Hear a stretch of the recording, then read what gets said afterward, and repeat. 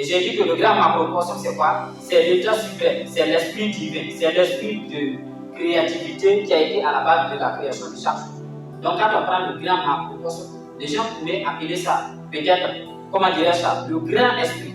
Et quand on parle de le grand esprit a voulu avoir des représentants. C'est-à-dire que les grands esprits ont voulu avoir certaines personnes qui allaient être capables d'influencer de la manière et de la façon dont lui-même il influence sur sa propre créature et sur ses propres créatures. Donc, je vais vous faire comprendre ça pourquoi. Parce que quand on dit le grand esprit, et vous êtes à la base, c'est-à-dire le fragment de ce grand esprit, cela signifie que l'être humain également est un esprit. Mais le grand esprit, lui, il ne peut pas s'expérimenter sur la terre, lui, il ne peut pas s'expérimenter comme ça au milieu de la nature et interagir avec les choses comme nous on peut le faire physiquement. Le grand esprit ne fait pas ça. Mais qu'est-ce que lui, il fait? Il influence dans le côté invisible, dans le côté métaphysique de tout ce qui peut être le fragment matériel. Donc, je vous explique un peu plus clairement. C'est-à-dire que quelque chose est à la base de l'influence de qui vous êtes aujourd'hui.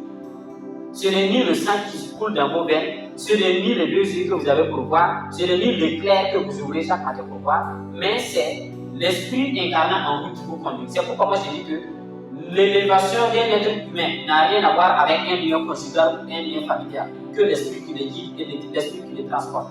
C'est pourquoi quand chaque homme reconnaît qu'il est le petit esprit dans le grand esprit, qu'il est le microcosme dans le macrocosme, en ce moment, l'homme commence à prendre conscience de sa propre capacité et de sa propre force. Pourquoi? Parce que, étant donné que vous êtes le représentant de ce grand macrocosme, du grand esprit, et ce grand esprit-là, lui, il est un créateur. Lui, il crée tout. C'est-à-dire que la capacité, l'autorité et le pouvoir vous a été également donné pour pouvoir créer, pour être des créateurs. Et vous, en créant quoi? Parce que vous a encore donné deux pouvoirs. Regardez. Parce que le macrocosme, lui, il influence le microcosme, mais il a permis au microcosme d'influencer le monde que lui-même il a créé, si vous pouvez l'appeler comme ça. C'est-à-dire que l'esprit de l'homme incarne un corps physique. Et ce corps physique permet de mouvementer l'esprit et l'âme de l'homme.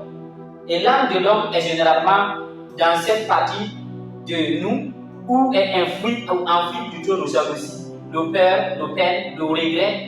Et cette âme-là a besoin de se guérir de ces peines que nous portons, c'est-à-dire que nous chargeons tous les jours. Maintenant, l'esprit, lui, vu qu'au départ, l'esprit, lui, il est venu sur vous ne pouvez pas nuire ni salir votre esprit. Ce que vous pouvez faire, c'est empêcher à l'esprit de pouvoir fonctionner comme il devait fonctionner normalement. Parce que tant que l'esprit fonctionne normalement, il va pouvoir créer des choses, il va pouvoir être joyeux, il va pouvoir être content, il va pouvoir être en harmonie avec la vie et la nature en général. Mais tant que l'esprit est en défaillance, là maintenant, ça ne signifie pas que vous êtes en train de bloquer la voie de l'esprit comme vous l'avez fait avec l'âme. Parce que là, chaque jour que tu as peur, chaque jour que tu regrettes de ton passé, chaque jour que tu n'as pas envie de vivre encore plus, chaque jour que tu ne souris pas, ton âme, lui, se suit davantage. Mais l'esprit, non.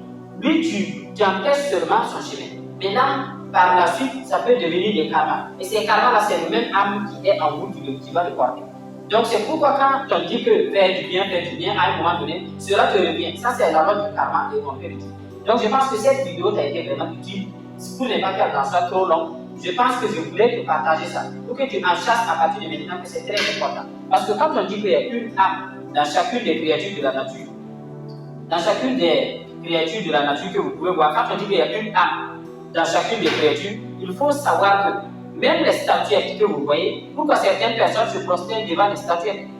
C'est juste à cause de l'énergie qui incarne cette statuette. Donc ce n'est pas la statuette elle-même, ce n'est pas parce qu'elle est belle ou elle est beau, non. Mais c'est plutôt l'énergie qui incarnait la personne ou le personnage qu'on a fait statuette. Donc c'est pourquoi c'est très important que lorsque tu prends conscience de ça, c'est que tu fais partie de l'univers. C'est pourquoi on dit qu'aucun être humain ne peut vivre en dehors de la nature. On ne peut pas vivre en dehors de l'univers. Parce qu'on va toujours trouver certaines plantes qui ont un rapport avec les cellules. Parce que l'être humain ne peut pas vivre sans la nature. Pourquoi? Parce que les produits des praticiens qui nous guérissent et qui nous soignent, sachez très bien que tous ces produits-là viennent de la nature. Même le paracétamol qu'on ouvre là, ça vient de la nature. Moi, je ne vois pas ce que vous allez utiliser. Donc, c'est-à-dire que la compatibilité de certains ingrédients de notre univers est compatible avec nous-mêmes. Et nous, c'est compatible avec nous en commun. Si vous voyez même physiquement, vous enlevez des arbres et tout pour faire du n'importe quoi, mais de façon spirituelle et de façon métaphysique, il y a certaines armes même qui sont capables d'ôter les péchés d'une personne. Quand je dis péché, je ne parle pas du sens vraiment religieux. Je parle de quelque chose qu'une personne a fait, qui est comme généralement ce qu'on appelle la passe ou bien ce qu'on appelle les malédictions. Donc il y a certaines armes qui sont capables d'ôter ce péché de malédiction lorsque la personne, en faisant quoi? En connaissant bien les codes, en maîtrisant les œuvres et les secrets à laquelle il faut aller parler à l'arme pour pouvoir avoir ça. Donc c'est pourquoi il est important que quand l'être humain apprend ça, dès qu'il prend conscience, il commence à étudier la nature autour de lui. Il commence à voir comment les fourmis fonctionnent. Vous allez voir que les fourmis ne sont jamais en chômage parce que eux, à chaque fois, ils vont sortir et s'allier ensemble, aller vers un objectif donné, aller revenir avec le même point au même départ, avec ce qu'ils sont allés chercher. Et si vous regardez également les aigles volent seuls. Un aigle ne s'envole pas avec les pigeons. Vous n'allez jamais voir un aigle s'envoler avec les pigeons. Les aigles sont des vrais leaders, c'est-à-dire ceux-là qui volent seuls, ceux-là qui apprennent seuls. Et généralement, quand vous voulez voir comment se passe l'accouplement des aigles, c'est-à-dire que lorsque l'aigle, c'est-à-dire, je vais appeler ça l'aigle masculin, l'aigle mâle saute de la terre pour aller vers le ciel, il peut aller rencontrer l'aigle femme en haut. Et lorsque il va rencontrer l'aigle femme, je suis en train de vous expliquer d'une thématique très simple pour que vous puissiez comprendre. L'aigle femme va peut-être trouver un grain, une graine ou bien une feuille, il va le lâcher. Et dans leur mentalité, c'est l'aigle roi qui doit, c'est-à-dire l'aigle mâle qui doit descendre. Avant que la feuille ne touche la terre, l'aigle mâle doit descendre pour trouver ça. Et il va faire ça de façon répétée. C'est-à-dire que l'aigle femelle va faire ça de façon répétée. Jusqu'à ce que l'aigle mâle puisse réussir, à ce que le papier ne touche pas le sol. Et c'est à ce moment qu'il s'approuve. C'est-à-dire que, avant même de vous engager dans une relation, vous devez être capable et la mesure de savoir que la compagnon avec qui vous tentez de vous engager est capable d'être avec vous, qu'il la fait chaud ou froid. C'est-à-dire que cette personne doit être capable de partir à la recherche et à la conquête de sa propre recherche, de son propre pouvoir intrinsèque.